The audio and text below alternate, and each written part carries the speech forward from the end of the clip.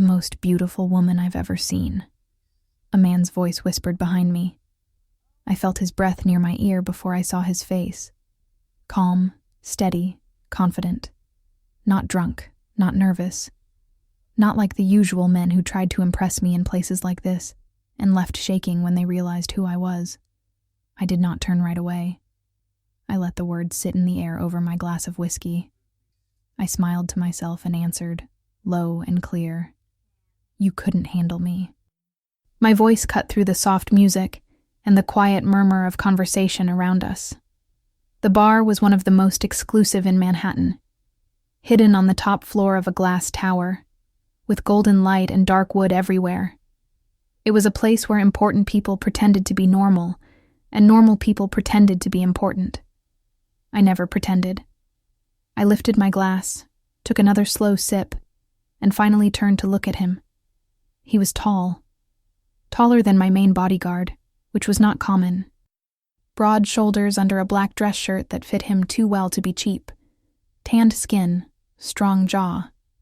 Black hair pushed back in a way that looked careless but clear in the mirror behind the bar that he had taken time with it.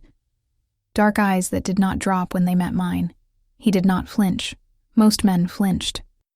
He took me in, from my black hair pulled into a sleek hairstyle, to the emerald dress that traced every line of my body, to my green eyes watching him like a test he did not know he was taking. "Try me," he said. I raised an eyebrow. "Is that a line you use with every woman you sneak up on?" He smiled, a quick curve of his mouth that made him look even more self-assured. "No, just the ones who look like they might break me in half." "I would," I said. "And not in a way you'd enjoy." His eyes searched my face, like he was trying to decide if I was serious. The truth was, I always was. "My name is Adrian," he said, offering his hand. "Adrian Cole." He had an American name, clean, simple, the kind that did not raise alarms by itself. I did not give him my hand. "Olivia."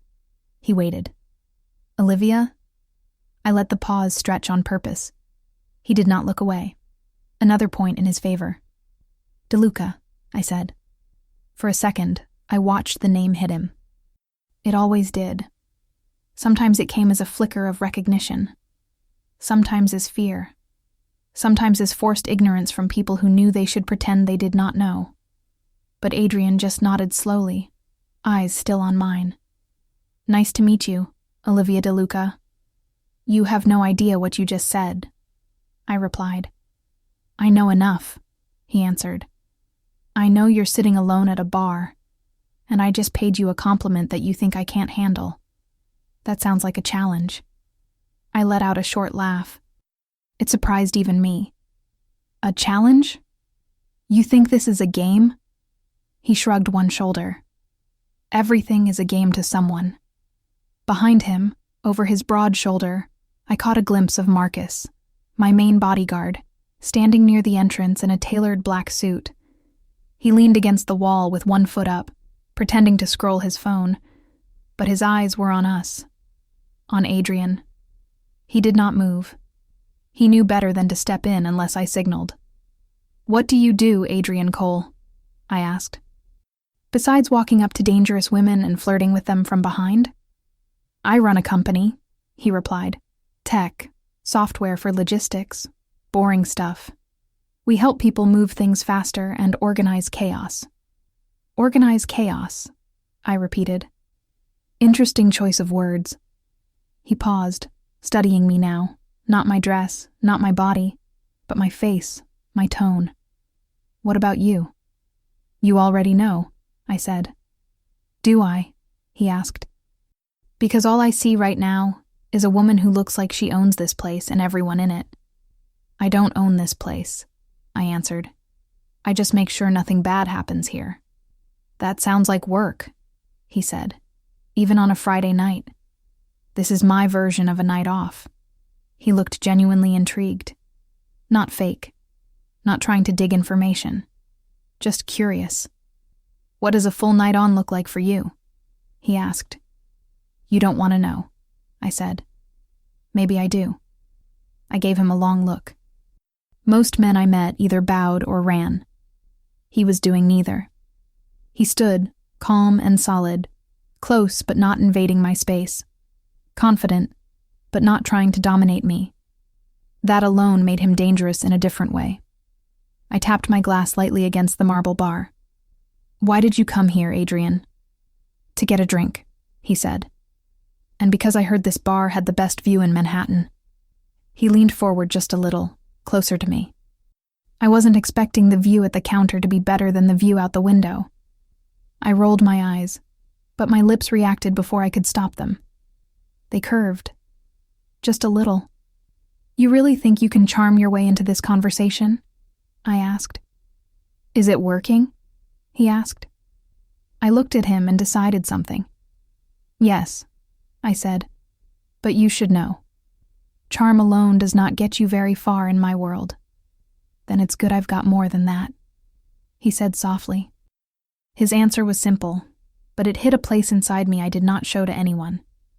The bartender approached, quiet, waiting for my signal. I did not like to be interrupted, so he moved slowly. He knew who I was. Everyone who worked here knew who I was. "Another drink, Ms. DeLuca?" he asked. I nodded toward Adrian. "Ask him. He interrupted my night. He can pay for it." Adrian smiled. "2 more of whatever she's having." The bartender gave me a quick look, as if checking if it was safe to serve this man beside me. I gave a small nod. He took our glasses and moved away. "So," Adrian said, shifting his weight just enough to face me fully, "are you usually alone when you come here?" "I'm never alone," I said. He glanced around. I saw his gaze catch Marcus in the reflection behind the bar. Marcus did not look away. "I figured," Adrian said. "You seem like someone who always has backup." "Backup is not for me," I said. "It's for other people." He took that in. "You protect them." "I control what happens around them," I corrected. "Protection is a side effect." "That sounds lonely," he said. I stared at him. "You don't even know me." "I know enough to see when someone is carrying too much," he replied. "It's in the way you look at the room before you look at your glass." That caught me by surprise. He had noticed. Most people thought I just liked luxury and control. Few realized that every detail was a calculation. Every exit, every angle, every person. "You analyze people for a living?" I asked. "In a way," he said. "I read clients, investors, partners. I decide who I can trust to sign contracts with my company. It's not as dramatic as what you do, I'm sure. But I pay attention." The bartender came back with our drinks. I wrapped my fingers around the cold glass and watched Adrian do the same. His hand was large, strong, with faint calluses that did not match the clean, polished look of a man who sat behind a desk all day. "You're not just a suit," I said. He raised his glass slightly. "You're not just a dress." We clinked glasses, a soft sound that felt like a small agreement, even if we did not know what it was about yet. "So," he went on, "what makes a woman like you say something like, 'You couldn't handle me,' to a stranger?" "Experience," I said. "Men always think they can handle me. They never do." "Maybe they were too soft," he said.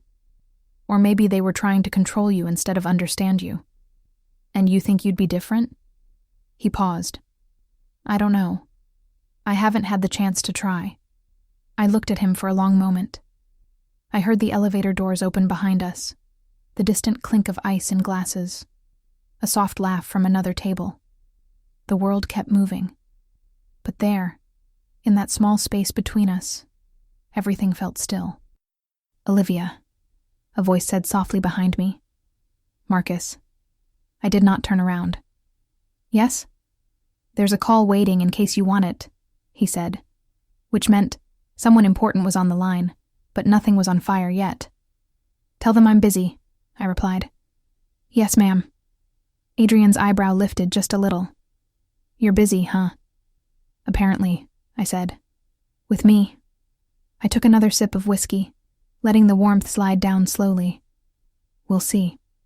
His phone buzzed in his pocket. He ignored it, keeping his eyes on mine. "You should answer that," I said. "Not if it means missing this," he replied. "What is this exactly?" I asked. "This," he said, "is the first time in a long time I felt like I was standing in front of someone who could ruin my life and improve it at the same time." I stared at him. "That's a dramatic way to talk about one drink." "You think I'm wrong?" he asked. I did not answer. I did not need to. The look in my eyes already told him he was right about at least one part of it. He set his glass down carefully. "Listen, I know who you are, Olivia." My muscles tensed for a split second. "Do you?" He nodded. "I know your last name doesn't just open doors. It locks them. It closes deals. It makes people disappear from rooms when you walk in. I don't know all the details. I don't want to know. But I'm not stupid." "Good," I said. "Stupid men don't last long around me." "I'm not scared," he added quietly. "That," I said, leaning closer, "might be your biggest problem." He smiled, but there was seriousness behind it. "I don't want anything from you. No favor, no protection, no deal. I just saw you, and I wanted to tell you what I told you. That I'm the most beautiful woman you've ever seen," I said. "Yes." I studied him. There was no greed in his eyes, no calculation, just interest, attraction, curiosity. That made him more dangerous than any man who came to me asking for money, influence, or help. Because he was not here for business. He was here for me. "Women like me don't get normal lives, Adrian," I said. "We don't get simple dates and quiet Sunday mornings and messy kitchen tables. We make choices that stain everything around us. Do you understand?" "I understand enough to ask you something," he said. "Do you want those things?" The question cut deeper than I expected. I looked away for a second, at the city beyond the glass windows, the lights, the cars, the streets where my last name meant power and risk at the same time. I had everything people said they wanted: money, respect, fear, control. But simple things? Someone sitting across from me who was not afraid to hold my gaze? Coffee in a place where no one knew my name? Laughing without checking who was watching? I swallowed. "That's not the point." "It is to me," he said. I turned back to him. "Why?" "Because if you don't want it, I'll finish this drink, say goodnight, and walk away," he answered. "If you do, then maybe you're not as untouchable as you think." My heart made a small, unfamiliar move in my chest. No one talked to me like that. Not my men, not my enemies, not my family. "Be very careful," I said quietly. "You're standing on a line you can't see yet." He held my gaze, and for a second, the whole room faded around us. "I'll take my chances," he whispered. I did not know him. Not really. I did not know who raised him, who hurt him, who taught him how to carry himself like that. All I knew was what my instincts were screaming. He was not ordinary, and I was already too interested. He checked his watch and let out a soft breath. "I have a meeting early tomorrow. If I stay longer, I'll find an excuse to never leave." "So leave," I said. "I will," he replied. He reached into his pocket and pulled out a small white card. No logo. No design. Just a name and a number. Adrian Cole. He placed the card on the bar between us and slid it closer. "If you ever feel like trying something normal, call me.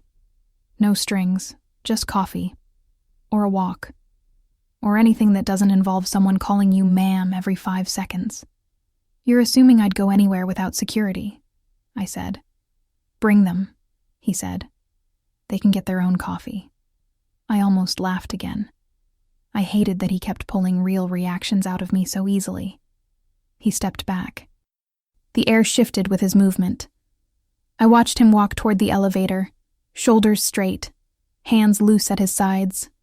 He did not look back, confident to the end. When the elevator doors closed behind him, I stared at the white card on the bar. "Marcus," I said. He was at my side in seconds. "Yes, Olivia." I tapped the card with my fingertip.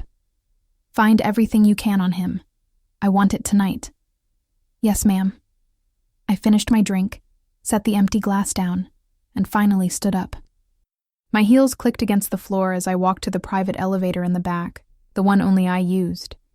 In my penthouse later, with the city spread under me like a map of all the things I controlled, I waited. Marcus knocked once before entering my office. He had a folder in his hand, and his phone in the other. Well? I asked. He's clean, Marcus said. No criminal record, no debt, no hidden companies. Adrian Cole, 35. Owns a tech business based here in New York. Profitable. Taxes in order. Family in the suburbs. No known ties to any organization. No connection to any of your rivals. Nothing? I asked. Nothing that looks like a problem, he replied. On paper, he's just normal. Normal. The word stayed in the room after Marcus left. I sat alone at my desk, the city lights reflecting in the glass, Adrian's card resting on the dark wood in front of me. A normal man had walked into my world, looked me in the eye, told me I was the most beautiful woman he had ever seen, and walked away without fear. I should have forgotten him. I should have moved on to the next meeting, the next deal, the next problem. That was how my life worked. But when I closed my eyes, all I saw was his calm, dark gaze, and the way his voice sounded when he said my name. I told him he couldn't handle me. The real question was, could I handle what might happen if I picked up that card and called? I didn't sleep that night. That wasn't unusual. My world didn't allow for soft routines or peaceful rest. But this time, it wasn't business keeping me awake. It wasn't a threat or a deal or a name on a list. It was a man. A normal man. A man who walked into my space, into my silence, into my night, and didn't bow, didn't run, didn't get nervous, didn't trip over his words. A man who looked at me like I was a woman first. Not a title, not a warning, not a danger. Adrian Cole. His card was still on my desk when the sun came up, white and simple, staring at me like a question I didn't know how to answer. By the time morning light filled the penthouse, Marcus had already checked in with updates, schedules, reports, and a list of people who needed decisions from me before noon. I listened. I gave orders. I signed documents. I handled everything like I always did. But somewhere under all of that, a thought kept pushing itself forward. Why did he look at me that way? By noon, I still hadn't touched the card again. I didn't need to. The number was already burned into my mind. At 4, something unexpected happened. I saw him again. Not because I called him, but because fate, or something annoyingly close to it, pulled him into my path. It happened at a private gallery downtown, a place I visited twice a year to check on certain investments. Art was an easy way to keep money in motion. I wasn't there for pleasure. I never was. But today the gallery was brighter than usual, filled with soft classical music, champagne flutes, and people pretending to know more about art than they actually did. I had just stepped inside when my security team froze. I followed their gaze, and there he was, Adrian. Standing across the room, speaking to a curator, wearing a charcoal suit that fit him too well and made him look like he belonged in a magazine ad for men who understood quiet confidence. His profile was sharp, jawline, nose, cheekbones catching the soft light. His black hair was slightly messier today, like he had run his fingers through it on the way in. His posture relaxed, hands in his pockets, shoulders broad, calm, steady, normal, but striking in a way that made me stop walking. As if feeling my eyes on him, he turned. Our gazes collided. There was no shock in his expression, no surprise, no panic. Just that same look from last night. Interest, curiosity, a hint of something flirtatious, like he'd been hoping to see me again. A warm wave rolled through my stomach, so unfamiliar that my fingers tightened for half a second. He excused himself from the curator and began walking toward me. Slow, Deliberate. Controlled. I didn't move. Neither did my guards. Adrian stopped a few feet in front of me, his smile gentle, not smug. "Olivia," he said softly. "I didn't think I'd see you again so soon." "You didn't," I said. "I didn't come here for you." His smile widened. "I didn't say you did." He was too calm, too sure, too good at reading the space. He looked at my guards, not intimidated, not impressed, just aware of their presence, then brought his attention back to me. "Do you come here often?" he asked. "No," I said. "I avoid crowds." "And yet, here you are." "For business," I corrected. "Right," he replied. "Business." His tone suggested he didn't believe me entirely. "So what brings you here?"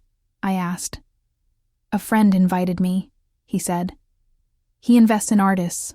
I come to support him even though I understand nothing about abstract paintings." I glanced at the large canvas behind him, a chaotic swirl of colors that looked like someone spilled emotions on a wall. "You don't like it?" he asked. "It looks like someone was angry at a rainbow." He laughed, really laughed, a warm, deep sound that traveled through the room. A few people turned to look. They didn't dare look for long. Adrian lowered his voice. "You should say things like that more often." "I say things," I replied. "People just don't laugh at them. That's because they're scared of you." "They should be." "Should I?" I met his eyes. "Probably." He didn't blink. "I'll take my chances again." My breath hitched for a moment. He was too bold. But it was exactly that boldness that made him impossible to ignore. "Walk with me," I said. Adrian blinked, just once, maybe surprised I initiated something. But he nodded and fell into step beside me as I moved through the gallery. My guards followed at a respectful distance. We stopped in front of a painting, a dark skyline abstracted into shadowy shapes. "What do you see?" I asked. He took a moment before answering. "Something complicated. Something heavy. Something most people would walk right past without really looking." "And you?" "You look." "I do," he said. "Especially when it feels like there's something underneath." He wasn't talking about the painting. I knew it. He knew it. My pulse answered for me. "You're doing it again," I murmured. "Doing what?" "Trying to see through me." "Maybe," he said with a small smile. "But only because you don't let anyone else try." I didn't know how to respond to that, so I said nothing. He filled the silence gently. "You look different today." "How?" "Lighter," he said. "Less guarded." "That's your imagination." "Is it?" I looked away. "You don't know me." "I know something," he said. "You're a woman who carries too much." I stopped walking. He stopped with me. "What do you want with me, Adrian?" I asked quietly. He didn't hesitate. "I want to get to know you." "That's not a good idea." "That's not what I asked." I hated how steady his voice was, how calm his presence felt, how his eyes softened when he looked at me. "How do you know I'm not dangerous?" I asked. "I know you are," he said. "You don't try to hide it." "And that doesn't bother you?" "No," he said simply. "Danger isn't the same as cruelty. I don't see cruelty in you. You barely know me. I know what your eyes look like when you let your guard down for half a second." My breath trembled. Barely. But he noticed. Of course he did. "You're going to get yourself hurt," I said. "Only if you want to hurt me," he replied. "And I don't think you do." I looked at him. Really looked. And a small, quiet truth settled inside me. I didn't want to hurt him. And that scared me more than anything. "Adrian," I said, forcing steadiness into my tone. "Men don't walk into my life and stay. They get overwhelmed, or intimidated, or they try to control me. None of those things end well.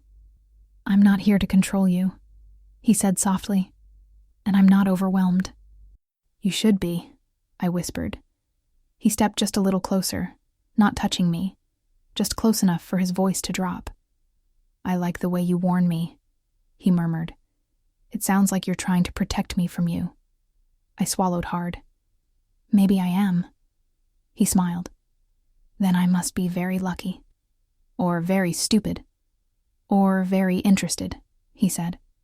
My chest tightened. "How long are you staying?" I asked. "Depends," he said. "Are you asking me to leave?" "No." "Then I'm staying." I hated how easily he said that. How natural it sounded. How my body reacted before my mind could stop it. A woman approached him then. Tall, brown hair, elegant dress. She touched his arm lightly. "Adrian, there you are," she said. "They want you in the back room to meet the sponsor from—" Her voice stopped when she saw me. Her eyes widened. Not in fear, in shock. Recognition. She knew exactly who I was. I waited for the usual shift. The nervous swallow. The quiet retreat. But to my surprise, she looked at Adrian instead. "Is everything okay?" she asked.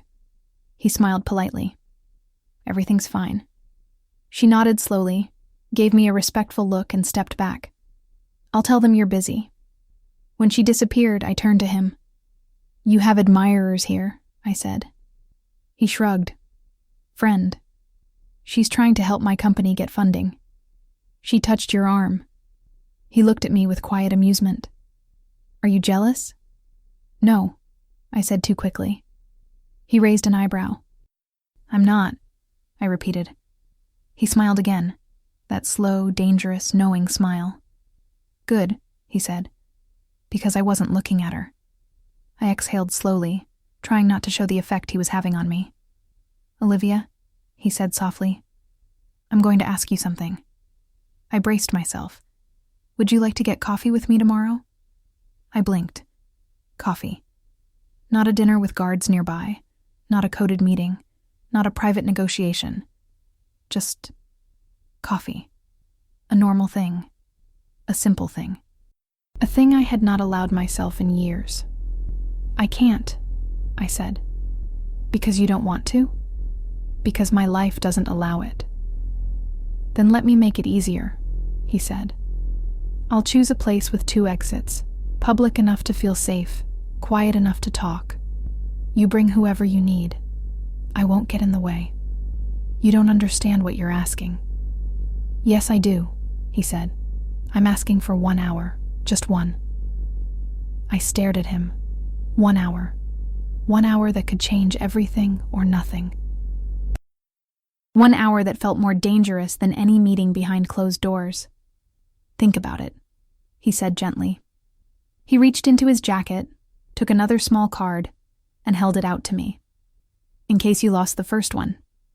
I didn't take it. He didn't push. He simply slid it onto the small ledge next to us and stepped back.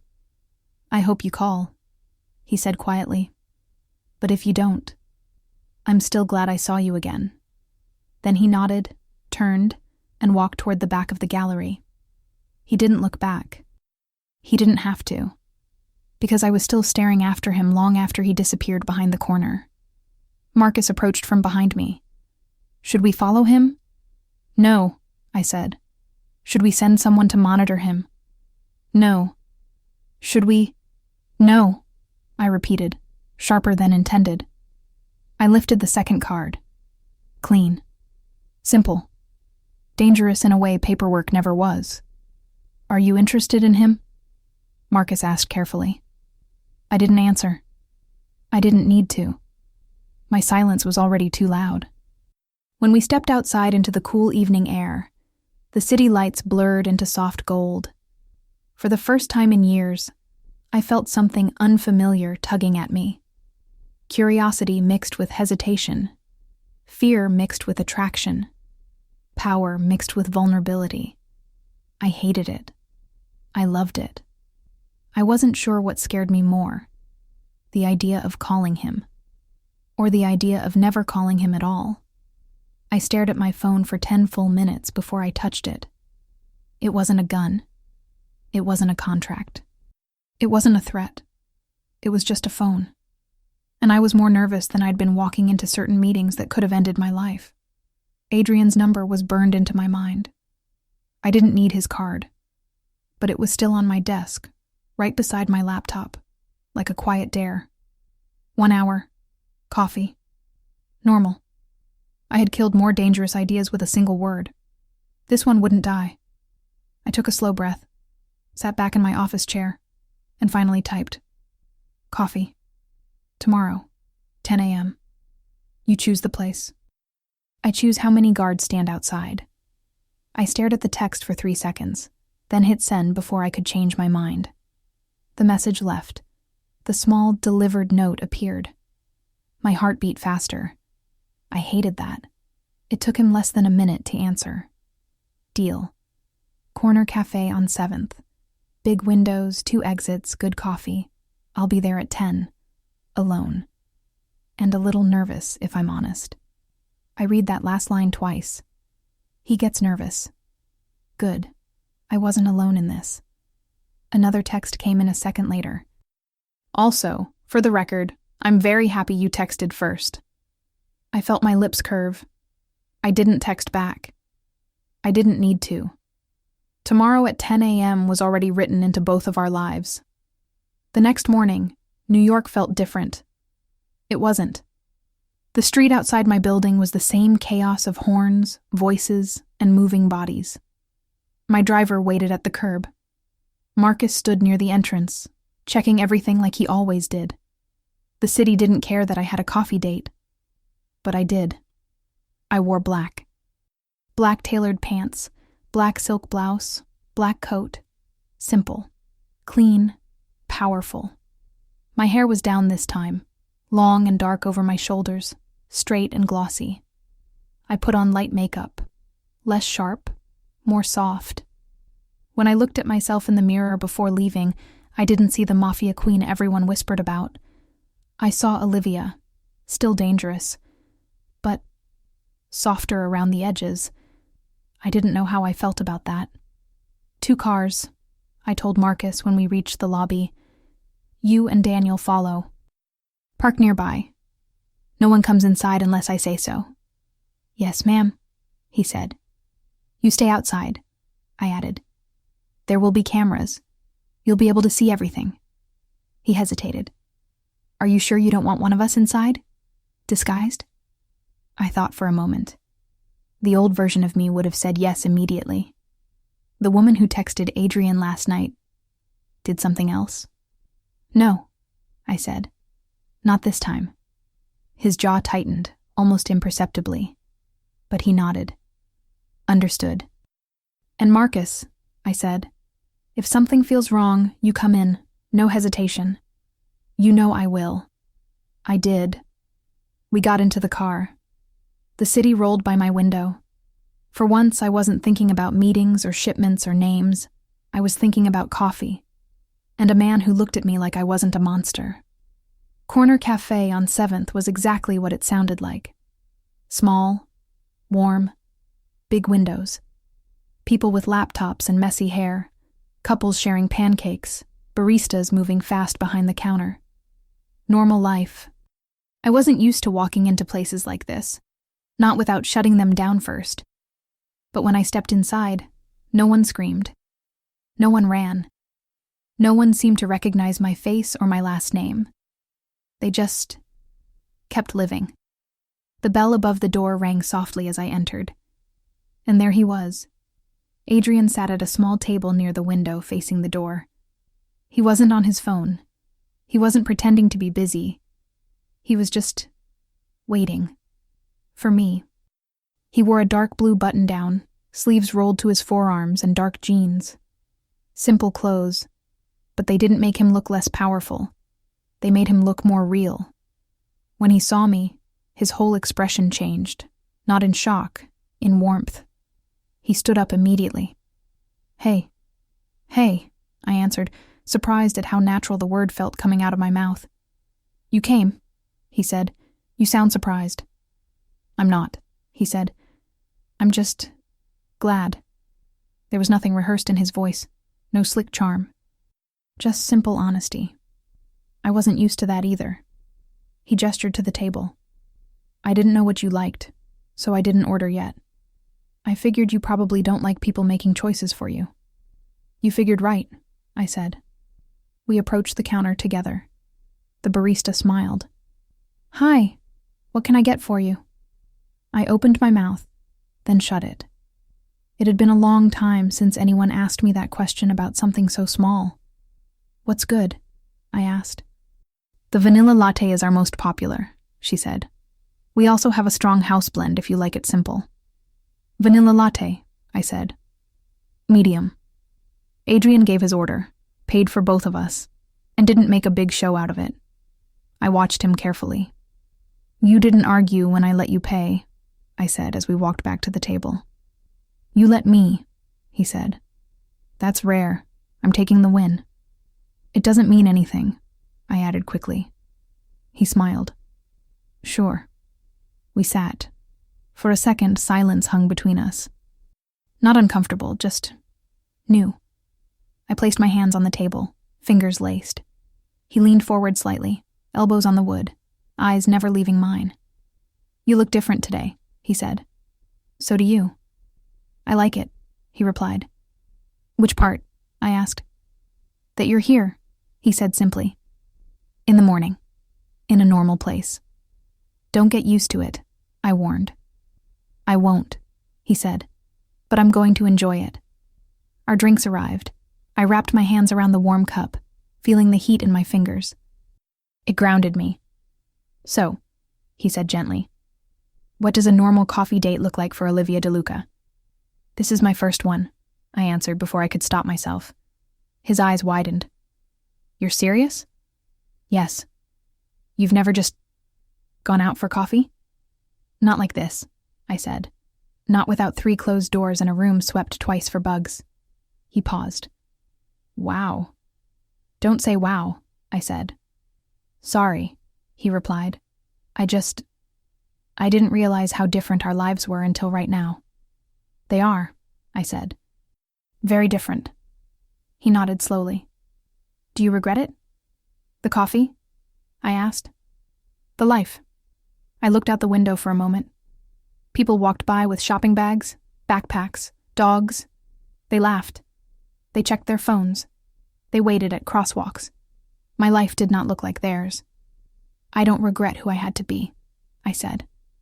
I regret that no one ever gave me another option. He didn't respond right away. When he did, his voice was softer. What would you have chosen if you had one? I forced a light tone. Probably not a cafe on 7th. He smiled, but he didn't let me dodge the question entirely. What about now? He asked. If you had an option now? I took a sip of the latte. Sweet, warm, simple. I thought for a second longer than I wanted to. I don't know how to be anything else, I said. Maybe you don't have to choose, he said. Maybe you can be who you are and still find small pieces of something different. Like this, I said, gesturing around us. Yes, he replied. Exactly like this. We talked. Not about deals. Not about power. Not about crime. We talked about things that felt small and huge at the same time. He told me about his parents, 2 people in the suburbs who still couldn't believe their son owned a company with employees and a server room.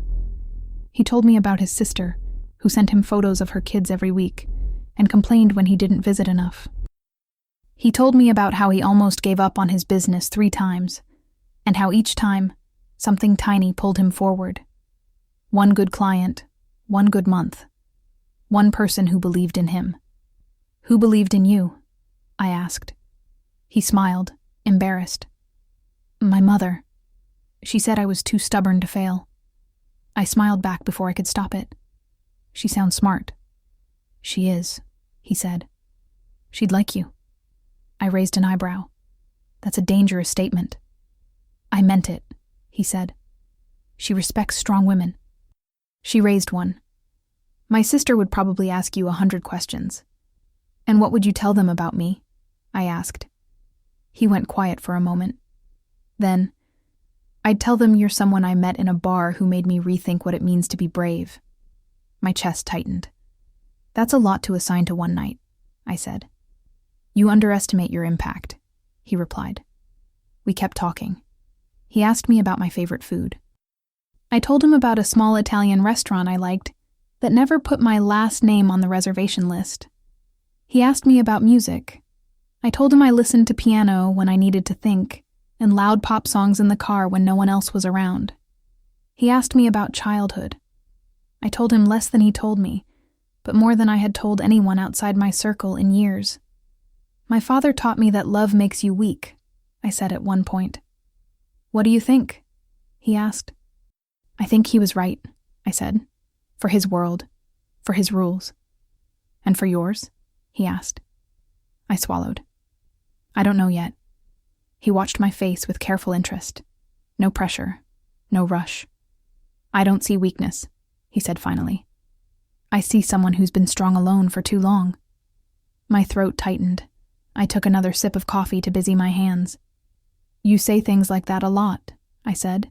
Things that sound honest. They are honest. Most men lie to me, I replied. I'm not most men. He said it calmly, not as a boast, just as a fact. And for the first time, I believed that might be true. Halfway through the hour, I realized something dangerous. I was comfortable. Too comfortable. I laughed. He teased me. He listened without interrupting. He didn't flinch when I made dark jokes about control. He didn't ask for details when I mentioned I had meetings that involved complicated people. He just accepted that my world was heavier than his, and still reached across the table when my hand accidentally brushed the edge of my cup. His fingers grazed mine. The touch was small, barely there. But my heart reacted like someone had set off a fire alarm inside my chest. He pulled his hand back gently, like he'd felt it too. Sorry, he murmured. You're not sorry, I said quietly. No, he admitted. I'm not. We both smiled. I checked the time. The hour was almost over. I should go soon, I said. I have work. I figured, he replied, a hint of disappointment in his eyes. Did I pass? Pass what? Your test. I tilted my head. What test? This, he said, motioning between us. Coffee. Public place. Guards outside. You watching the door every time it opens. Me trying not to stare too much. You think I was testing you? I asked. Yes. He was right. Did I pass? He repeated. I let my gaze move over his face, his dark eyes, the faint stubble on his jaw, the way his mouth softened when he waited for my answer. Yes, I said. He smiled slowly. Good. Then I'll ask something else. What? Can I see you again? My stomach flipped. In public? I asked. Yes. No closed rooms, no private elevators, no business excuses. He nodded. Just you and me, and whatever this is. I exhaled slowly. You're not scared at all, are you? I am, he said. I just don't let it make all my decisions. Something inside me eased at those words. Fear ran my world. Fear of betrayal. Fear of weakness. Fear of losing everything. But here, at this table, with this man, fear didn't feel like a wall. It felt like a door I hadn't walked through yet. I'll think about it, I said. He nodded, accepting the answer. No push, no pressure. Fair, he said. I'll wait. We stood. He didn't reach for me, didn't grab my hand. Didn't lean in like a man who thought he owned the moment. He just stepped closer, close enough that I could smell his cologne. Clean, warm, something with cedar or amber. And lowered his voice. For the record, he said, this was one of the best hours I've had in a long time. You don't get out much? I asked lightly. I do, he said. That's why I'm sure. My lips curved. You're very confident. I have a reason, he replied. You came. I hated how my heart reacted to that. Go, I said, before I change my mind about passing you. He laughed, stepped back, and moved toward the door. Before he left, He paused, looked back once and met my eyes.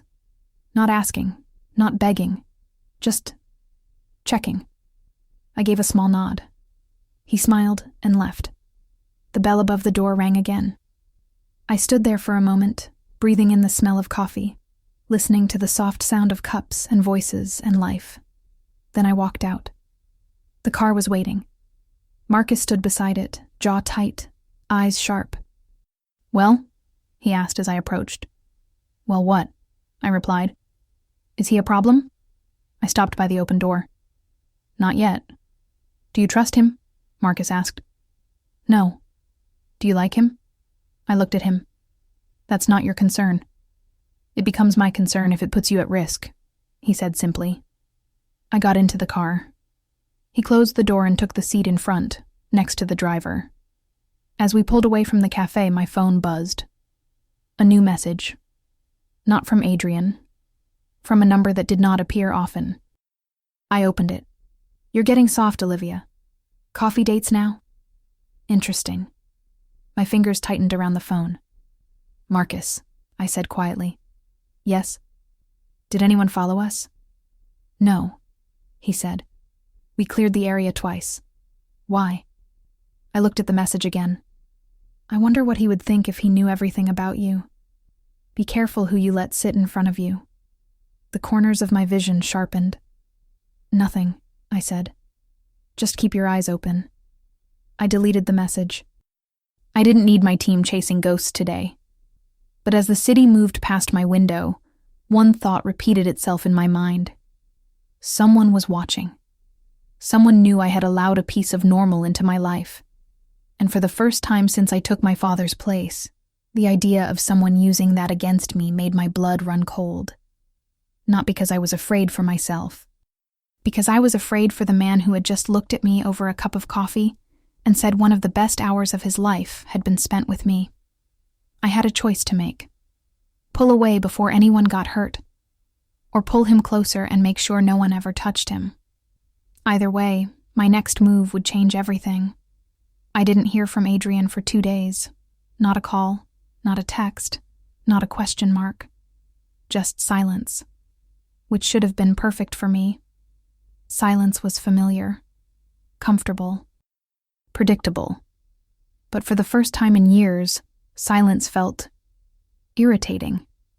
Every time my phone buzzed, I hoped it was him. Every time it wasn't, I told myself that was a good thing. The message I had received after our coffee date still lived in the back of my mind like a shadow pressed against a wall. Someone was watching me. Watching us. Someone who knew enough to comment but not enough to strike. It should have been my priority. Instead, I kept thinking about Adrian's laugh, his steady eyes, his hand brushing mine over a cup of coffee. I hated how that memory kept interrupting my work. On the third day, around 7 p.m., Marcus stepped into my office. "He's downstairs," he said.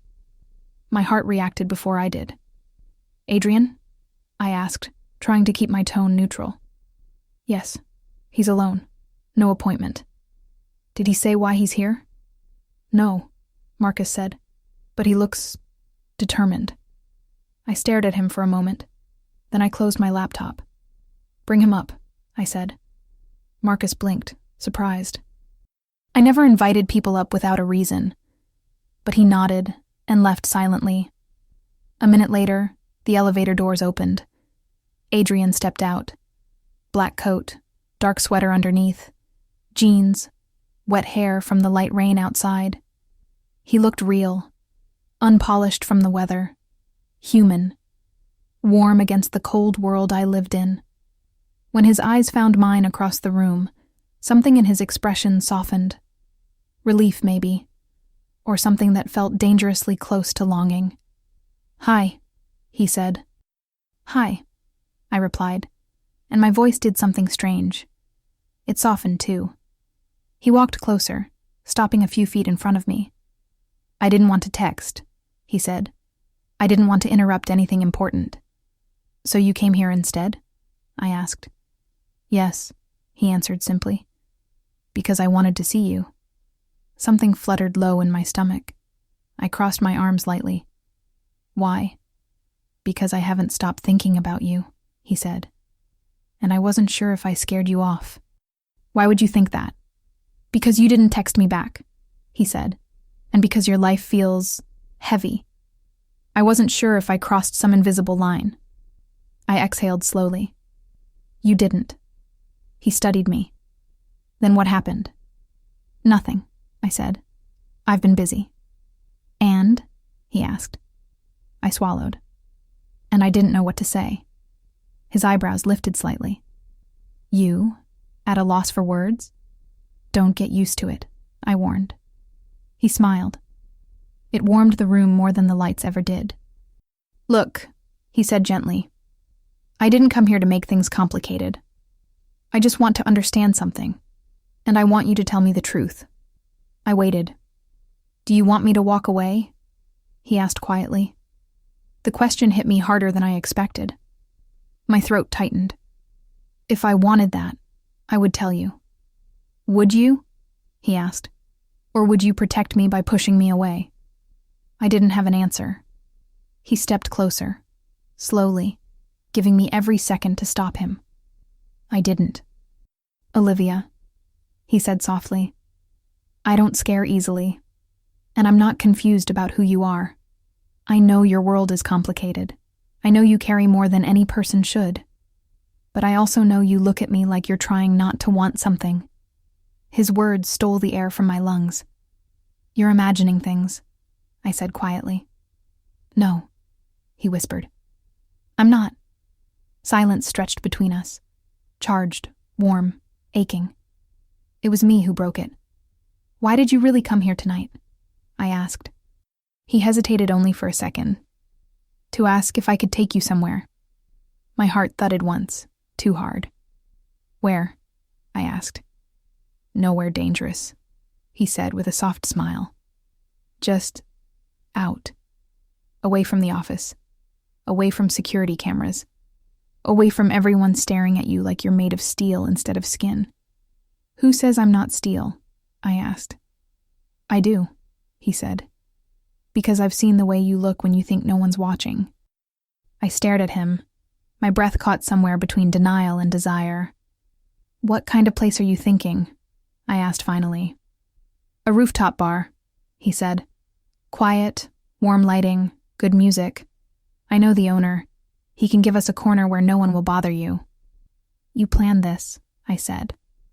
I hoped for it, he corrected. I should have said no.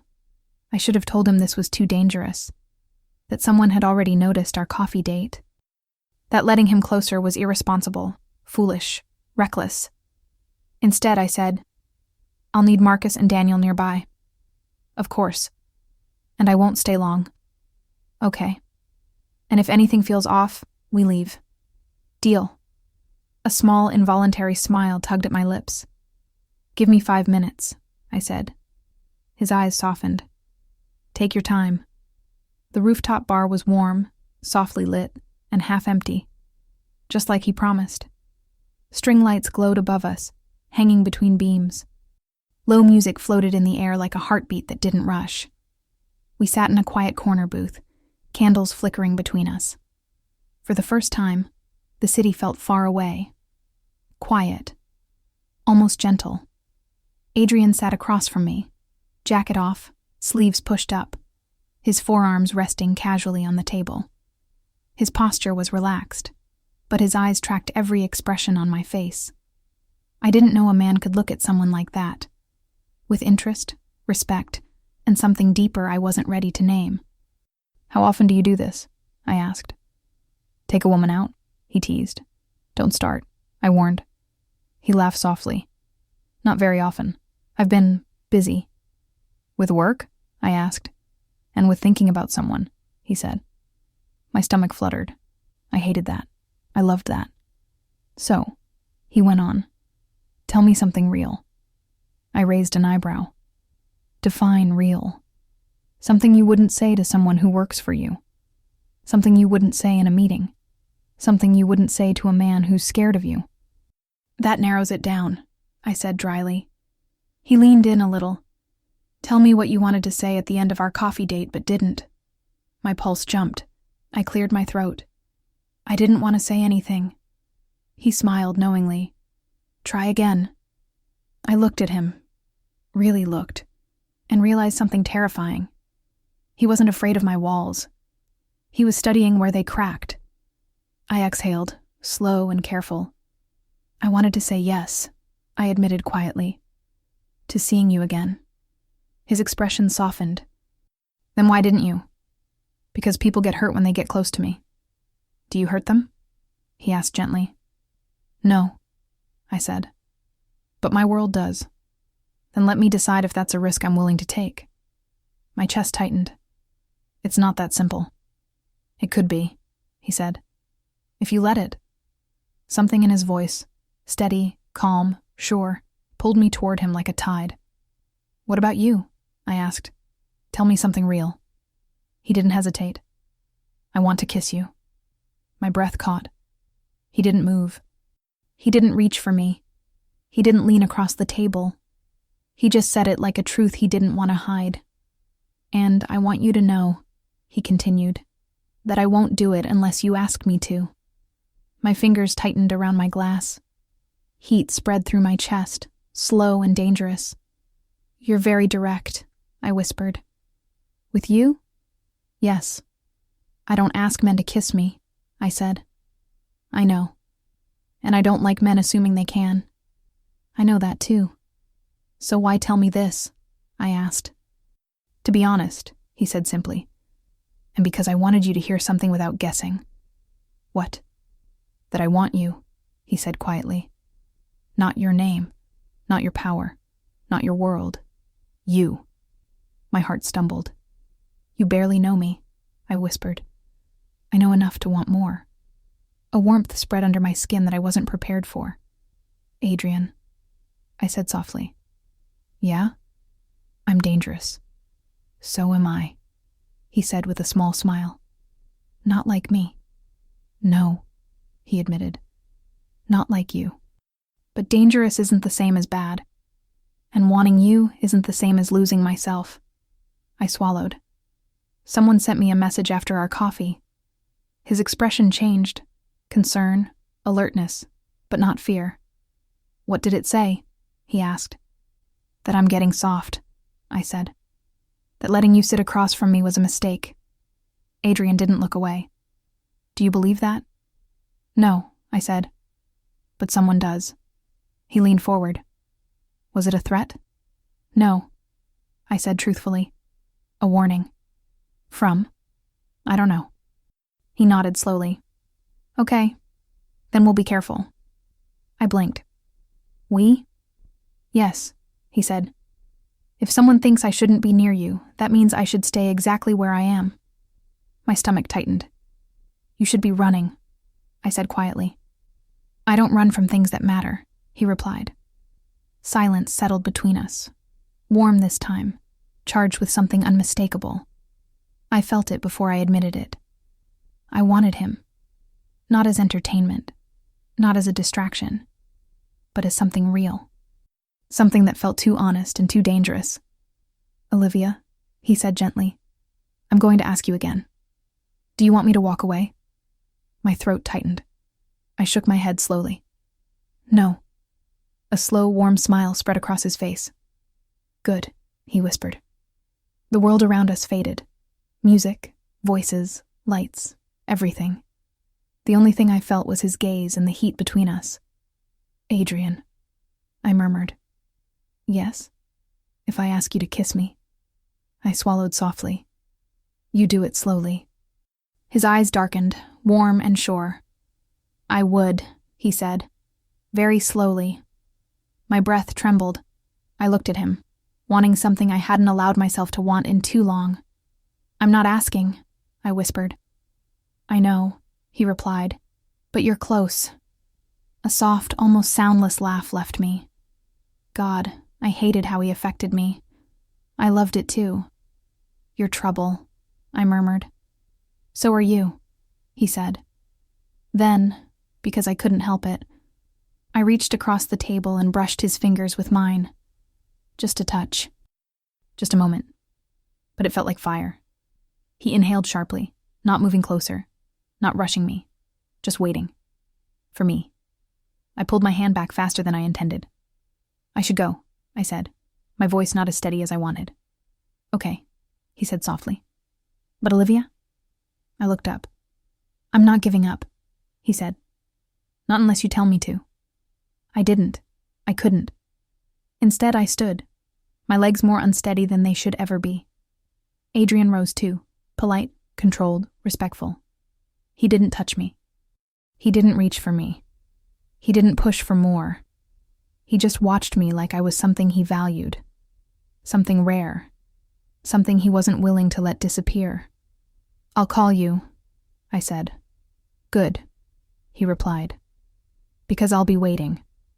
I left the rooftop bar with my heart beating too fast, my mind spinning, and my guard shaking in places it had never cracked before. When the elevator doors closed, I exhaled a breath I didn't realize I'd been holding. I told myself this was fine, that I could control this, that I could keep him close without letting him in too far. But as the elevator descended, one truth hit me harder than anything else. Danger wasn't the only thing with my name on it now. Desire was too. And desire had never been safe for someone like me. I did not sleep much after the rooftop. Every time I closed my eyes, I felt the weight of his gaze on mine when he said he wanted to kiss me. Every time I tried to focus on work, I heard his voice telling me he was not giving up unless I told him to walk away. I did not tell him to walk away. I did not call him that night either. The next morning, he texted first. Did I push too far? I stared at the screen for a full minute. Then I answered. If you had, you wouldn't be alive to send this. A few seconds later. So I'm safe. For now. Another reply. Then I'll risk one more thing. Dinner. Tomorrow. Somewhere you choose. I'll show up. No questions. I exhaled slowly. He kept doing that, putting the choice in my hands, letting me lead something that should be simple. For me, nothing was simple. I'll let you know, I typed. I almost erased it and replaced it with a clear yes or no. Instead, I left it. He wrote back. That already sounds like a little hope. I'll take it. 2 days later, there was a charity event downtown. One of my clean business fronts had donated a large amount to a hospital program for children. It was good for image. It was also one of the few things I felt slightly proud of. Money in my world hurt people. I had made sure some of it helped them too. I never liked events like this. Cameras, reporters, rich people pretending to care more than they actually did. But I had to go. As we drove there, Marcus watched me in the rearview mirror. You're quieter than usual, he said. I'm thinking, I replied. About what? About problems. Do any of them involve a tech CEO with dark hair and poor survival instincts? He asked. I gave him a look. Since when do you make jokes? Since he walked into your life, Marcus said. You're different around him. That's not your concern, I said. It is, he answered. If you are different, the way people move around you also changes. That creates gaps. Gaps meant danger. I know what I'm doing, I said. I hope so, he replied. I did too. We arrived at the hotel. Bright lights. Volunteers in clean shirts. Event planners with clipboards. The hotel ballroom was open, filled with round tables, a stage, flowers, and far too many people shaking hands. I stepped out of the car in a fitted dark green dress, my hair down again, simple jewelry, heels high enough to remind anyone who stared that I was not there to blend in. People turned their heads. They always did. Some recognized my last name. Some only saw the clothes and the bodyguards and decided I must be important. Either way, they watched. I walked in with my chin up, Marcus a step behind me, Daniel close at my left. I signed the donation check in a quiet back room, posed for one quick photo I hated, and then doing what I always did in places like this. I observed. I was about to move toward the main table assigned to me when I saw him. Adrian. He was near the bar, talking to a man in a navy suit, a drink in his hand. His body turned slightly toward the door, as if he was quietly waiting for something. For me, he looked good. Better than good. Black suit, white shirt, no tie. Top button open. Dark hair styled just enough to look effortless. My heart made a small, stupid jump in my chest. He saw me. His entire expression changed. Not in shock. Not in fear. But with something that warmed his eyes and relaxed his face. He excused himself politely and walked toward me. "You're here," he said, voice low. "You're everywhere," I said. He laughed softly. "I was invited as a donor, small amount. Nothing like what you put in. But I showed up. How do you know what I donated?" I asked. "Someone whispered it near the bar," he said. "People talk. You forget that." "I don't forget," I said. "No," he replied easily. "You don't forget anything." He moved his gaze over my face, my hair, my dress. Not in a hungry way. Not in a cheap way. In a way that made me feel seen.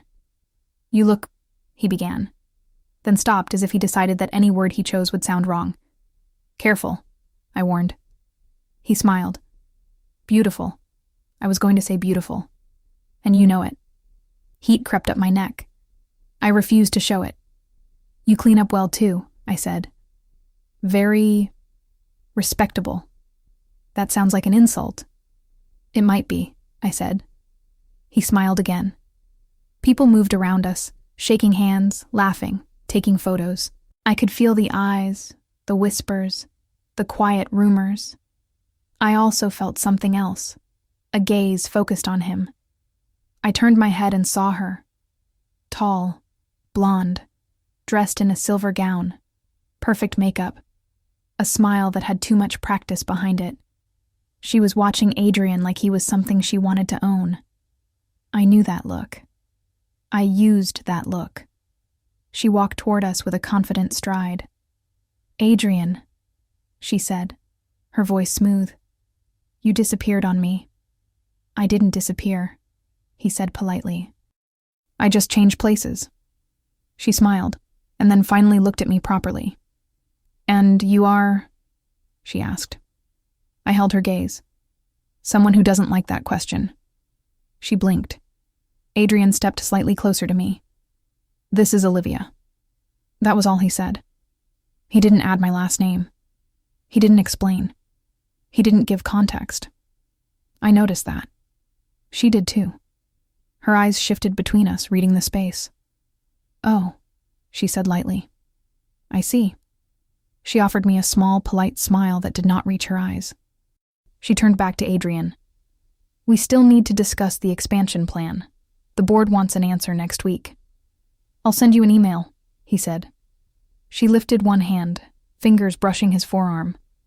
I felt something sharp and hot run through me. It was not fear. It was not anger. It was jealousy. I did not like it. I did not want it. But it was there, loud and clear. Adrian felt the touch and gently pulled his arm back with a polite movement.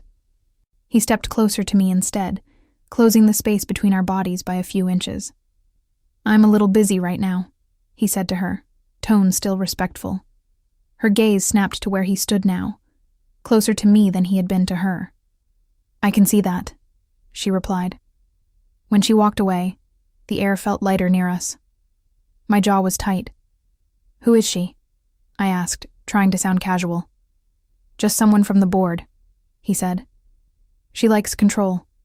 Over numbers, over people, over me." "Does she have it?" I asked. "Not over me," he said. "But she likes to try." I watched his face, searching for any sign of dishonesty. I did not see any. "I don't like the way she touched you," I said before I could stop myself. His eyes lit up with something very close to satisfaction. "No?" he asked. "No," I repeated. "It was disrespectful." "Disrespectful to who?" he asked. voice lower now. To herself. I lied. He smiled slowly. Right. I glared at him. Don't look at me like that. Like what? Like you think you know something about how I feel. He tilted his head, eyes soft and warm. I do. The worst part was that he was right. I inhaled slowly. I don't like sharing what's mine. Am I yours? He asked quietly.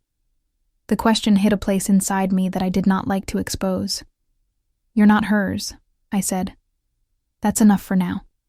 His smile faded into something more serious. That's enough for me too, he said. We sat through speeches and presentations, applause and forced smiles.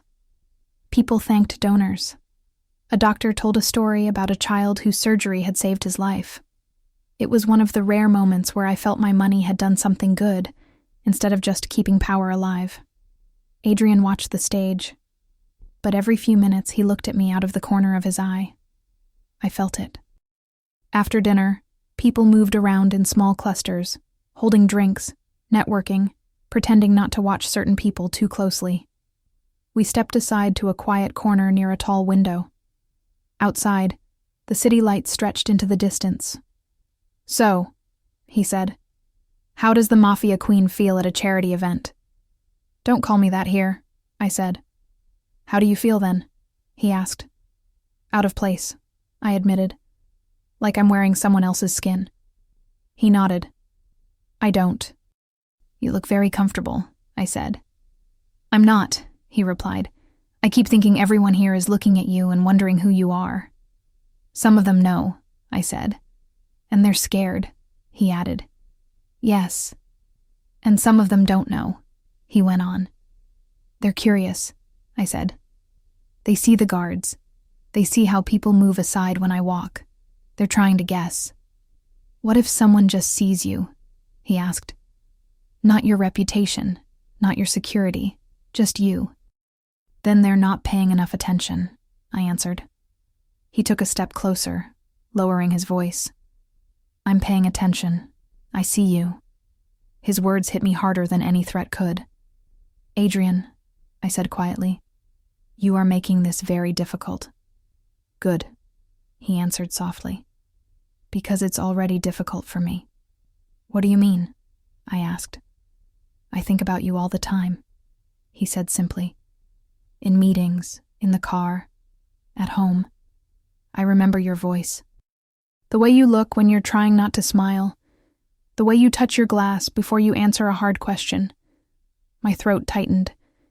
That sounds like a problem, I said. It is, he replied. Because I want more. And I don't know how much you'll let me have. You want too much. You get hurt, I said. Or I might get lucky, he answered. Silence fell between us again, thick and charged. I felt my heart beating harder than it should at a charity event. He was too close now. Not inappropriate, not obvious, but close enough that I could feel his warmth, smell his cologne, hear the steady sound of his breath. Olivia, he whispered, can I ask you something? And I want the truth. You're very demanding, I said. I am, he said. When it comes to you. I swallowed. Ask. Does any part of you want this to stop? He asked. Me, us, whatever this is. The room, the music, the voices, all of it drifted into the background for a moment. I thought about the anonymous message, about eyes on us, about risk. Then I thought about his hands brushing mine, his voice at the rooftop, his honesty at the cafe, the way my name sounded when he said it. No, I said quietly. No part of me wants it to stop. His eyes changed. Something deep, strong, and intense moved through them. Good, he whispered. Does any part of you want to walk away? I asked. He shook his head immediately. Not even a little. My chest pulled tight, almost painful. Adrian, Olivia. We can't pretend this is normal, I said. He nodded. I know. And we can't pretend there are no consequences. I know that too. So why keep going? I asked. His answer was simple. Because I've never wanted anyone like I want you, he said. And I'm not ready to lose that because of fear. The words hit somewhere deep inside me that I had tried to keep locked. I took a breath. A slow, steady, dangerous breath. Come with me, I said. His brows lifted. Where? Somewhere quieter. He didn't hesitate. Okay. We left the event early. No one tried to stop me. No one ever did. My driver already had the car out front. Marcus watched everything, eyes scanning, posture alert. I gave him a look that told him to follow in the second car. Adrian slid into the back seat beside me. He did not sit too close. He did not reach for me, but the space between us felt charged. Are you okay? He asked. Yes, I said. Are you sure? No, I replied honestly. But I know what I'm doing. Do you? He asked softly. I looked at him. He looked back, steady and open. I nodded once. Yes. The car moved through the city streets. Lights passed outside the windows. I felt Marcus's car behind us, a constant shadow in the mirror. I gave my driver an address. Not my usual restaurants. Not one of my clubs. Not a business front. A hotel. Not the kind people used for affairs in the middle of the night. A quiet, high-end one with suites I kept under other names for meetings that needed privacy. My heart pounded as we stepped into the elevator together. Adrian watched me, his jaw tense now like he understood that this was not a casual decision. When the doors closed, we were alone. No security, no staff, no noise. Only the low hum of the elevator and the sound of our breathing. Olivia, he said quietly, if we're going where I think we're going, I need you to be sure. I am, I said. 100%? He asked. Yes. He nodded, eyes locked on mine. Then I'm yours. But we do this on your terms. Always. The elevator doors opened. We walked down the quiet hall to the suite. I used a key card and we stepped inside. The room was large with a living area, a bedroom, soft lights, and floor-to-ceiling windows showing the city outside. I closed the door behind us and turned the lock. For the first time in a very long time, it was just me and another person in a room without anyone listening, watching, or waiting just outside. I faced him. He stood in the center of the room, hands at his sides, eyes on me, chest rising and falling just a little faster than before. Olivia, he said again, voice lower now. I'm going to say this one more time. If you tell me to stop, I stop. It doesn't matter when. It doesn't matter why. I know, I said. And if you tell me to come closer, he added, I will. My lips parted. My heart beat so hard I felt it in my throat. I walked toward him slowly. One step, another, until I stood directly in front of him, close enough to see every detail in his eyes. There was no fear there. There was desire. There was respect. There was something that looked a lot like care. I lifted my hand and touched his chest lightly, feeling the warmth under the fabric. Come closer, I whispered. He did. His hand came up, but he moved slowly, giving me time to step back if I wanted. I didn't. He placed one hand at my waist, the other at the side of my neck, his thumb brushing my jaw. My breath shook. This is your last chance to change your mind, he murmured. I looked up at him, straight into his eyes. Kiss me, I said. He did. It was not rushed. It was not rough. It was not trying to prove a point. It was warm. Sure. Intense without being violent. He kissed me like I was something fragile and strong at the same time.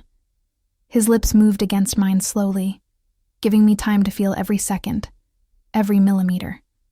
I gripped his jacket, pulling him closer. For the first time in years, my body and my mind were in the same place, wanting the same thing. Him. When we broke apart, my chest rose and fell too fast. His forehead rested lightly against mine. Okay? He whispered.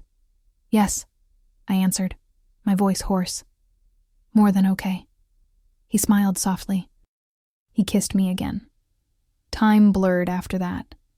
We did not rush. We talked. We kissed again.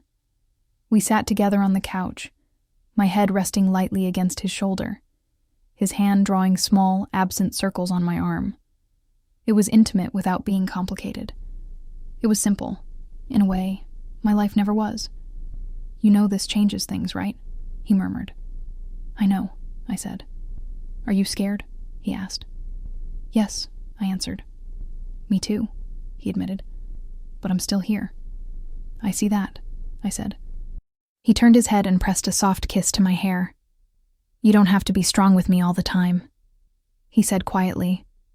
I don't know how to be anything else, I replied. Then we'll figure it out together. The words landed deep inside me. Together. I had not used that word about myself in a long time. When he finally left that night, much later than any of us planned, I walked him to the door. He cupped my face in his hands and kissed me one last time, slow and lingering. I'll text you when I get home, he said. You better, I replied. He smiled. Good night, Olivia, he whispered. Good night, Adrian. When the door closed, I stood there for a long time, hand still on the handle, heart still beating too fast. I should have felt exposed. Instead, I felt something else. I felt chosen. Not because of my last name, not because of my power, but because of who I was when the door was closed and it was just us. I went to the window and looked down at the city. Lights moved. Cars passed. Somewhere below, his car blended into the traffic. My phone buzzed. Home. Alive. And completely gone for you, by the way. I felt a smile spread across my face before I could stop it. Another message came. You don't have to answer. Just know I'm not going anywhere. I set the phone down. A few seconds later, it buzzed again. This time, it wasn't him. You're making mistakes, Olivia. You think you can have this and keep control. You can't. I stared at the message. No name. No number I recognized. Just the same presence that had commented on my coffee, my choices, my softness. But tonight, the words felt sharper. Less like a warning, more like a line being drawn. I deleted the message. Then I turned off the lights, sat down on the edge of the bed, and admitted the one thing I hadn't wanted to face. Loving me meant risking everything. For him. For me. For the life I had built. And someone out there was very ready to test how far I was willing to go to protect what I had just started to feel. I woke up the next morning with two very different feelings inside me. Warmth and fear. Warmth because of him. The way he had kissed me. The way he held me afterward without expectation. The way he had looked at me like I was not a myth or a warning or a title. Fear because of the message. Sharp, anonymous. Too aware of my movements. I had lived with threats my entire life, but no one had ever threatened someone because of me. No one had ever had a reason to. Now I did. I sat at the edge of my bed, running a hand through my hair, replaying everything that happened in that hotel suite. Not the kisses, not the heat, not the softness of his voice, though all of that lived in my mind like a permanent imprint. I kept replaying his words instead. I'm yours, but we do this on your terms. Always. No man had ever said that to me. Not with sincerity, not with patience, not with respect. It terrified me how deeply those words sank into me. I showered, dressed in a black turtleneck and tailored pants, pulled my hair into a sleek, low bun, and told myself that today I would be the version of Olivia who did not get distracted by kisses and vulnerability. It lasted 10 minutes. Because at 9:12 a.m., my phone buzzed. Morning. How's your heart after last night? Mine's still somewhere at your feet. I smiled. Actually smiled. And then I hated how fast that smile happened. I'm busy, I typed. We'll talk later. A moment passed. Okay. But just so you know, I miss you already." My stomach tightened. My chest warmed. I put the phone face down on the desk and forced myself to focus on paperwork. Half an hour passed, then an hour, then 2. I signed contracts, approved budgets, assigned tasks to my men.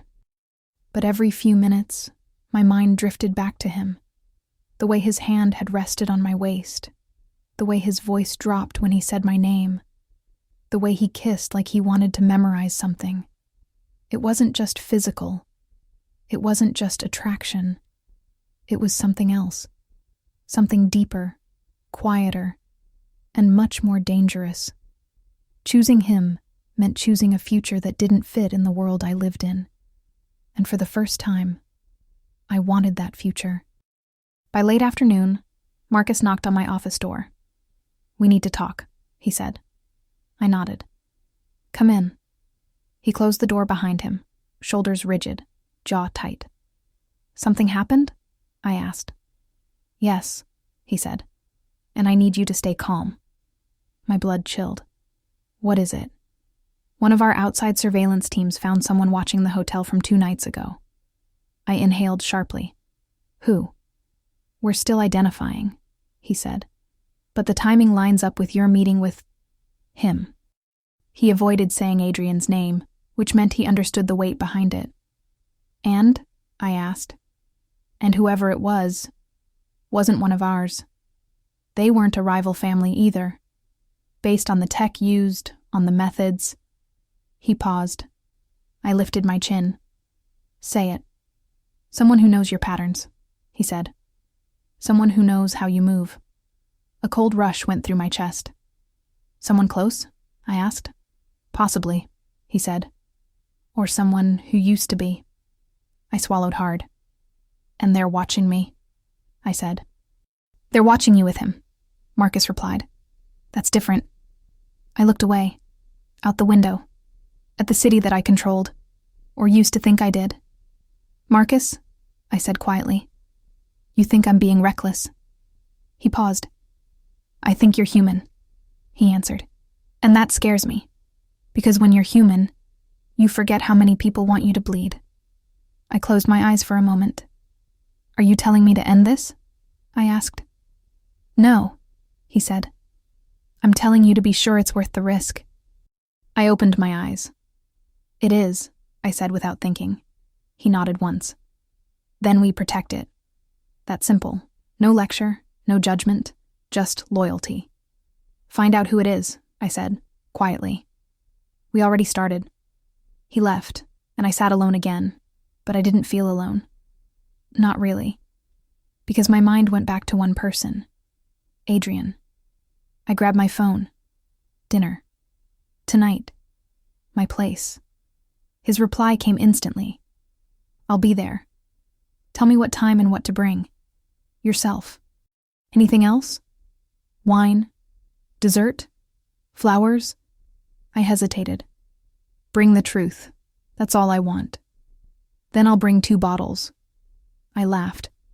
Quiet and real. For a moment, all the shadows faded. When Adrian arrived at my penthouse, he stood in the doorway holding a bag with 2 bottles of wine and a shy smile that somehow made him look younger and more dangerous at the same time. "Hi," he said softly. "Hi." He stepped in, stopping just a breath away from me. "You look incredible," he murmured. "I look like I had a long day," I said. "That too," he replied, "but still incredible." I took the wine from him and walked toward the kitchen, trying to ignore how aware I was of his presence behind me. The sound of his footsteps, his faint cologne, the quiet warmth he carried with him. "Smells good," he said, eyeing the meal I had arranged on the counter. "I didn't cook it," I said. "I ordered from my favorite place." "And you plated it," he said, smiling. "That counts." I glanced at him. He wasn't trying to impress me. He wasn't trying to flatter me. He was simply being genuine. It made everything inside me shift. We sat down at the island counter with plates and wine glasses. He poured. I watched. "So," he said gently, "what made you change your mind?" "About what?" "About seeing me." he said. This doesn't feel like a casual invitation. I took a sip of wine. Warm, smooth, soft. Something happened, I said. He set his glass down, attention sharpening, but he didn't panic. Tell me. Someone is watching me, I said. Us. He didn't flinch. Because of me? No, I said. Because of me. Because I let you get close. Is it serious? It could be, I answered, but we don't know yet. He nodded once, slow and steady. Then, are you trying to warn me away? No, I said. If I wanted you gone, I'd say it. He exhaled softly. Good. Because I'm not going. I expected fear. I expected hesitation. But all he did was reach across the counter and place his hand over mine. Warm. Sure. Present. We'll figure it out, he said. We? I repeated softly. You said bring the truth, Adrian murmured. Truth is, I'm in this with you, whether you know how to accept that or not. His thumb brushed the back of my hand. Small, slow, intimate. My heart tightened painfully. Adrian, I whispered. You don't understand what my life looks like. Then show me, he said. Let me learn. You say that now, I replied. People always say that at the beginning. People who aren't me, he said, quietly firm. I looked at him, really looked, at the man who had stepped into my world without fear, without demands, without hesitation. He didn't see the crown. He saw me. I don't know how to do this, I admitted. I don't know how to choose someone without losing control. You don't need to lose control, he said. You just need to stop carrying everything alone. My jaw tightened. That's not how my world works. Then maybe, he said softly. It's time your world changes. His words hit harder than any threat ever had. Because they were true, and terrifying, and exactly what a part of me wanted. But wanting something did not make it safe. What if you regret this? I asked. I won't. What if you get hurt? He held my gaze, steady and unshaken. Then let me decide whether you're worth that risk, he said. Because I've already decided you are. My breath caught. No one had chosen me like that before. Not without wanting something in return. Not without fear. Not without calculation. He chose me, the woman, not the queen. Come here, I said softly. He stood and walked around the island, stopping in front of me. I reached up and touched his jaw with my fingertips. You keep saying things that make me feel... I trailed off. Feel what? He asked softly. Unsafe, I whispered. But not in the way I'm used to. His lips curved in a gentle smile. Unsafe can be good sometimes. Not in my world. In mine, he said. Unsafe means vulnerable, and vulnerable means you care. I swallowed hard. I hated how easy it was for him to peel away layers I'd spent years building. And I loved it. Olivia, he murmured, leaning closer. Can I kiss you? Yes, I whispered. He kissed me, slow at first, soft, warm, and then deeper, fuller, with a tenderness that made something inside me tremble. His hand cupped my jaw. My fingers tangled in his shirt. All the walls I had built started to lower, piece by piece. When we finally broke apart, he rested his forehead against mine. Are you okay? He asked. Yes, I breathed. Good, he whispered. He kissed me again, slow and lingering. We moved from the kitchen to the couch, the wine forgotten. He sat beside me, his arm behind me, and I rested my head on his chest. It felt impossible, and perfect, and terrifying. No one touched me like this. No one held me without agenda. No one made me feel soft without making me feel weak. You know, he murmured, you don't have to be the Mafia queen with me. I don't know how to be anything else. You'll learn. I closed my eyes. You're making promises you can't keep, I whispered. I'll keep everyone, he said. I believed him. and that scared me more than anything else. After a few quiet minutes, I lifted my head. "Adrian," I said. "Yeah? If something happened to you because of me, I don't know what I would do." He touched my cheek gently. "Then don't push me away," he said. "Pull me closer instead." My throat tightened. "That makes it worse," I said. "That makes it real," he corrected. I looked at him, at the man who was willing to take the danger of my world just to be near me. Could I do the same? Could I choose him knowing the risk? Could I let myself be loved without turning it into war? I didn't know, but I wanted to try. I wanted him. Not just his presence, not just his kisses, not just his warmth. I wanted the life he represented, the softness he brought me, the balance I never thought I could have. Maybe I could be both, the queen and the woman. Maybe I didn't have to give up one to have the other. Maybe he was my way out of the shadows. I rested my head back on his chest. "Stay tonight," I whispered before I could stop myself. He inhaled softly. "Are you sure?" "Yes." He kissed the top of my head. "Then I'm not going anywhere." He stayed. We didn't rush. We didn't cross lines too fast. We just existed together. His arms around me, my fingers brushing his skin, our breaths matching slowly. It was simple. It was peaceful.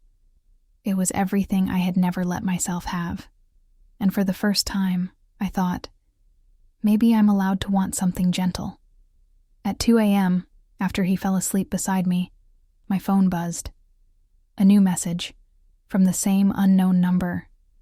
"You can choose him, but someone else will choose the consequences."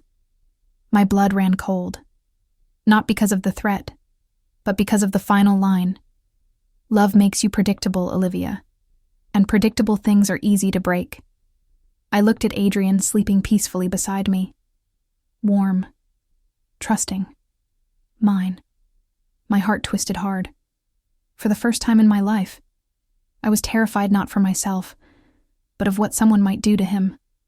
And that fear was the clearest sign of all. I had already chosen him. Completely. Dangerously, irreversibly. I didn't sleep at all. Adrian did, softly, peacefully, his breath slow against my shoulder, his arm draped across my waist as if holding me was the most natural thing in the world. I watched him, the shape of his jaw in the dim light, the faint rise and fall of his chest, the warmth of him pressed against me. He trusted me. He trusted me enough to fall asleep beside me. No one in my life had ever done that. Not without fear, not without calculation, not without asking themselves what I could do to them in their sleep. But him? He slept. And while he slept, I lay awake thinking about how fragile he looked, how human, and how terrifying it was to want to keep someone safe in a world that swallowed softness whole. The last message still burned in my mind. Love makes you predictable, and predictable things are easy to break. I had never wanted to find someone so badly in my life, to look them in the eye, to tell them exactly what I thought of their warning. Not because they were a threat to me, but because they dared to threaten him.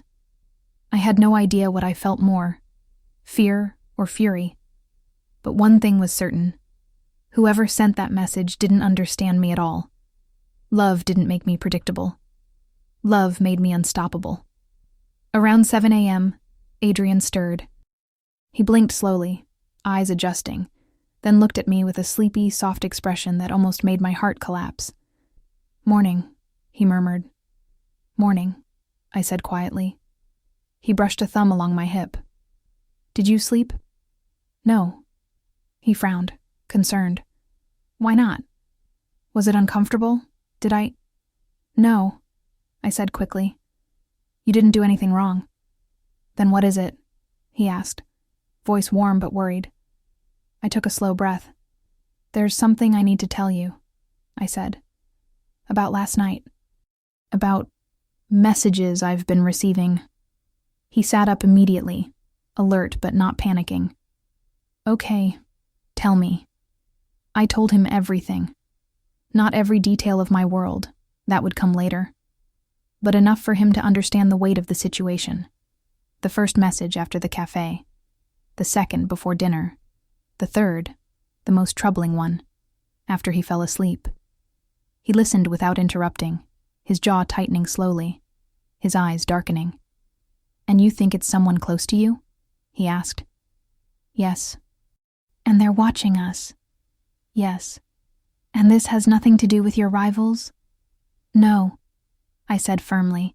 "No one outside my circle would dare to be this subtle." "What does that mean?"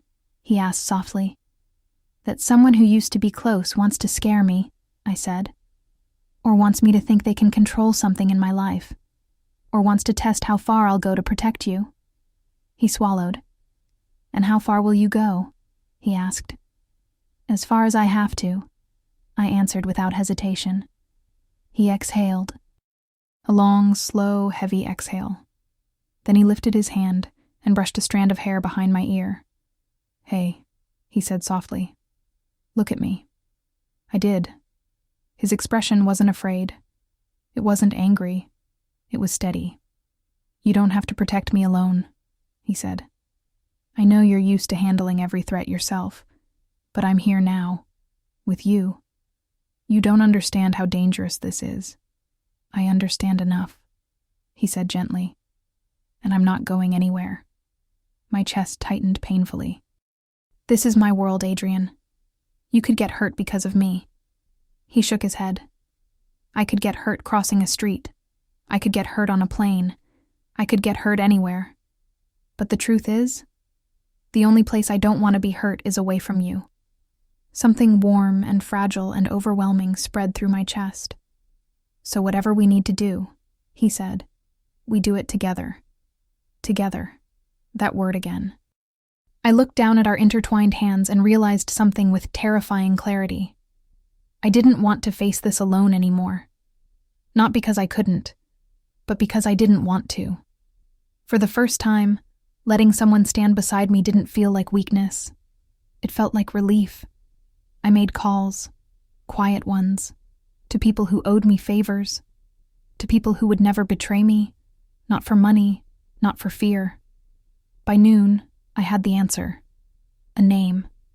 Someone I once trusted. Someone who had been pushed out months ago for trying to take a shortcut that put innocent people at risk. Something I never tolerated. A man named Rinaldi. Not family. Not loyalty. Not a leader. A shadow who wanted to still feel important. He had been watching me. Watching us. Trying to make me feel exposed. It worked. But not in the way he hoped. He wanted fear. What he gave me was clarity. I wasn't scared to choose Adrian. I was scared of losing him before I truly had him. And that fear didn't push me away. It pulled me toward him. Toward a decision I had avoided for too long. Something in my life needed to change. Maybe a lot of things. Around 6 p.m., Adrian came to my office after work. He didn't knock. He didn't ask if I was busy. He just stepped inside and closed the door gently behind him. "I got your text," he said. "Is everything okay?" "No," I said honestly. "But it will be." He moved closer, stepping into my space with a calm confidence that should have annoyed me, but instead made my whole body soften. "What did you find out?" he asked. "Someone from my past," I said. "Someone insignificant. Someone who wanted attention." "Are they gone now?" he asked. "Yes." "You took care of it?" "Yes." He nodded and exhaled slowly. "Okay." He didn't ask how. He didn't ask if I was sure. He didn't try to fix it. He just trusted me, the way I trusted him. "Adrian," I said quietly, "if you want to walk away, this is your last chance." He stepped closer. So close I could feel his warmth on my skin. "So you're asking again," he said softly. "Do I want to leave?" "Yes." He shook his head. "No," he whispered. "I want to stay long enough to see everything you're scared to show me." A breath escaped me, shaky, uncontrolled. I don't know how to do this, I said. I don't know how to be with someone without ruining it. You won't ruin it, he murmured. You'll learn it. We both will. I'm not easy, I warned. Good, he said. Easy is boring. I huffed a laugh despite myself. He smiled and touched my cheek gently. Hey, he whispered. Come with me. Where? Somewhere quiet, he said. Somewhere you don't have to be the queen. I hesitated, but then I nodded. He took my hand. Not forcefully, not possessively, just warm, sure, human. I followed him. We ended up in Central Park, at dusk. The sky a soft gradient of purple and orange, the air cool, the world quieter than usual. He insisted we walk, not fast, not in a rush, just walk. I wore a long black coat. He wore a dark sweater and scarf. My guards followed far behind, invisible unless someone knew where to look. Adrian didn't care. He walked beside me like it was the most natural thing in the world. We reached a small bridge overlooking the water. He stopped. I stopped too. The city skyline reflected in the lake, lights shimmering like something out of another life, a life I never thought I could have. Olivia, he said softly. I looked at him. You're thinking too hard, he said. I always think too hard. You're thinking about danger, he said, and risk, and control. Aren't you? No, he murmured. I'm thinking about this. He gently took my face in both hands. My breath caught. This moment, he said. You, me, right here, right now. My throat tightened. Adrian, I'm not asking you to stop being who you are, he said. I'm asking you to believe that you can be something more than what the world made you. I swallowed. And what's that? A woman who can be loved, he said simply. My eyes closed, not because of pain, but because I had never heard anything like that in my entire life. He rested his forehead against mine. I know what choosing me means for you, he whispered. I know how much it risks, and I don't take that lightly. I opened my eyes slowly. He looked at me with a softness that made every wall shake. I don't want your empire, he said. I don't want your crown. I just want you. My heart felt too full, too open, too real. Adrian, I whispered. I don't know how to love someone without losing pieces of myself. He kissed my forehead. Then lose them, he said softly. I'll give you new ones. My breath trembled. Tears burned behind my eyes. Quiet ones. Unexpected ones. He kissed my cheek. Let me love you, Olivia. I didn't breathe. I didn't speak. I just let the truth fall out of me. I already do, I whispered. His breath caught. His fingers curled gently in my hair. Say it again, he whispered. I love you, I said, voice shaking. And it terrifies me. He kissed me. Slow, deep, sure. Sealing every fear, every hope, every piece of my heart that I had tried to protect from the world. I love you too, he murmured against my lips. Not dramatic, not loud, not forced. Just true. The kind of truth that shifts the ground beneath your feet. We stood like that for a long time. When we finally walked back to the car, the night felt different. Lighter. Warmer. Safer. Not because danger had vanished, but because I wasn't facing it alone. When we reached my penthouse, he kissed me again before leaving. I'll see you tomorrow, he whispered. You will, I said. And the day after that, he added. Yes. And every day until you tell me to stop. I won't, I said. He smiled, that soft, certain smile that had undone me from the beginning. Good night, Olivia. Good night, Adrian. Hours later, after everyone had gone, after the city grew quiet, I stepped out onto my balcony. The skyline glowed. The air was cool. My heartbeat was steady. For the first time in my life, I wasn't standing above the city alone. I wasn't carrying everything alone. I wasn't living for power or fear or legacy. I was living for something else, something I never thought I'd have. Love. I traced my fingers along the railing and whispered into the night. I choose him. The wind carried the words away, but the truth stayed with me. I was still the Mafia queen. But with him, I was finally something more, something better, something whole, and I knew, with absolute certainty, this was only the beginning. Before you go, I'd love to ask you for a small favor. If you enjoyed this story, please subscribe to the channel. It helps me more than you can imagine and keeps these videos coming. The link is right below the video, and if you're watching on TV, just point your phone's camera at the QR code on your screen. With this simple gesture, you support a creator like me in the most powerful way. Thank you so much, and may God bless you.